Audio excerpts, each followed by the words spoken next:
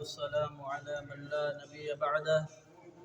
أما بعد فأعوذ بالله من الشيطان الرجيم. بسم الله الرحمن الرحيم. قال الله تبارك وتعالى: وحسبوا ألا تكون فتنة فعموا وثموا ثم تاب الله عليهم ثم عموا وثموا كثير منهم والله بصير بما يعملون. وحسبوا، اور انہوں نے گمان کیا، اللہ تکون فتنہ، کہ اب کوئی فتنہ ہمارے اوپر نہیں آئے گا.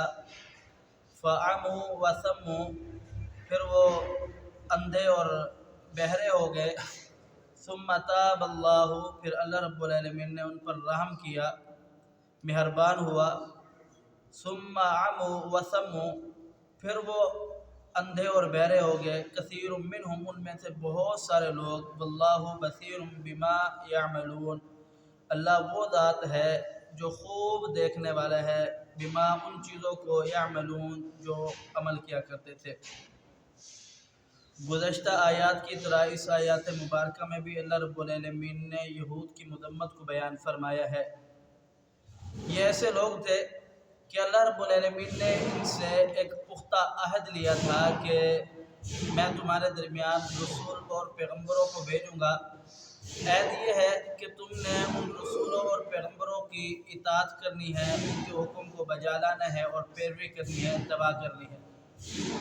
انہوں نے ان رسولوں کی پیروی کرنا تو دور کی بات تھی، انہوں نے ان رسولوں کو جھٹلایا، حتیٰ کہ انہیں معاذ اللہ قتل بھی کیا اور بعض قتل کرنے کے منصوبے بھی بنائے.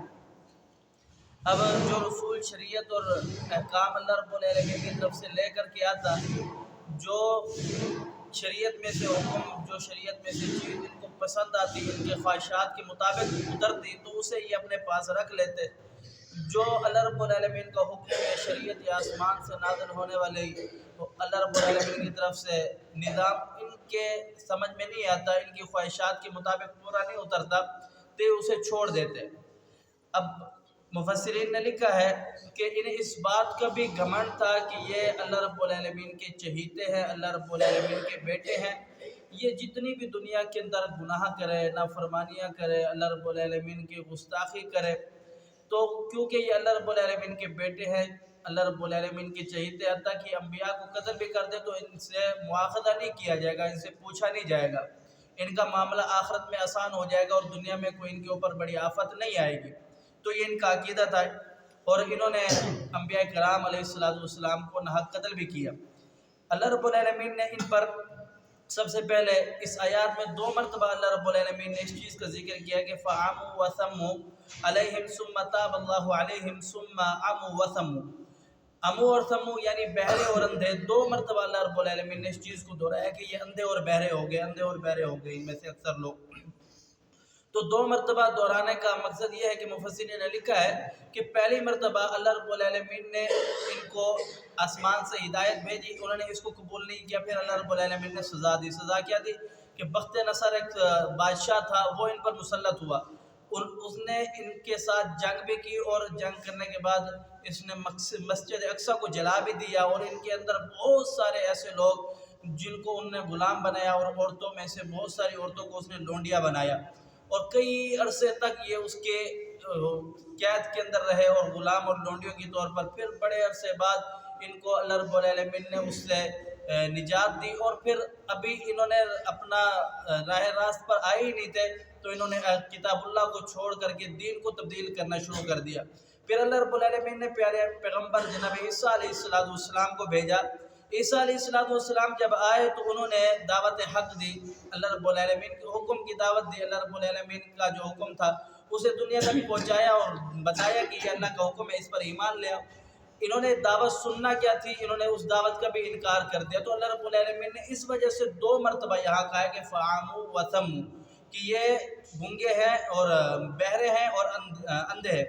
اس وجہ سے اللہ رب العالمین نے بیان فرمایا کہ بہرے اندھے کس چیز سے ہیں؟ اب ان کے پاس حق آتا ہے، اللہ کا حکومت ہے، اللہ سے بڑی چیز تو کوئی نہیں ہے.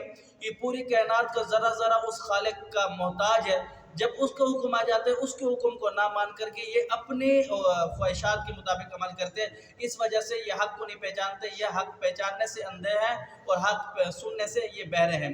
جناب ابی ہریرہ رضی اللہ تعالیٰ عنہ بیان فرماتے ہیں کہ رسول اکرم صلی اللہ علیہ وسلم نے بیان فرمایا کہ اگر کوئی شخص ایک گناہ کرتا ہے، اللہ رب العالمین کی نافرمانی کرتا ہے، تو اللہ پاک اس کے دل پر ایک سیاہ نقطہ لگا دیتا ہے، ایک سیاہ ڈاٹ لگا دیتا ہے۔ اگر وہ توبہ استغفار کرتا ہے، اللہ سے بخشش طلب کرتا ہے، تو وہ جو سیاہ نقطہ ہوتا ہے وہ دھل جاتا ہے، صاف ہو جاتا ہے۔ اگر نہیں، وہ اسی طرح گناہ کو کنٹینیو رکھتا ہے اور گناہ پہ گناہ، گناہ پہ گناہ، گناہ پہ گناہ کیا جاتا ہے، تو اللہ رب العالمین اس شخص کا دل ایسا بنا دیتے ہیں کہ جیسے بالکل کالا سیاہ اس کے دل کو کر دیتے ہیں۔ اب یہی بات ہے کہ فَعَمُوا وَثَمُّوا، کہ حق کو آ جانے کے بعد اللہ رب العالمین نے یہ صلاحیت چھین لی کہ اب حق کو پہچان نہیں سکتے، سن نہیں سکتے۔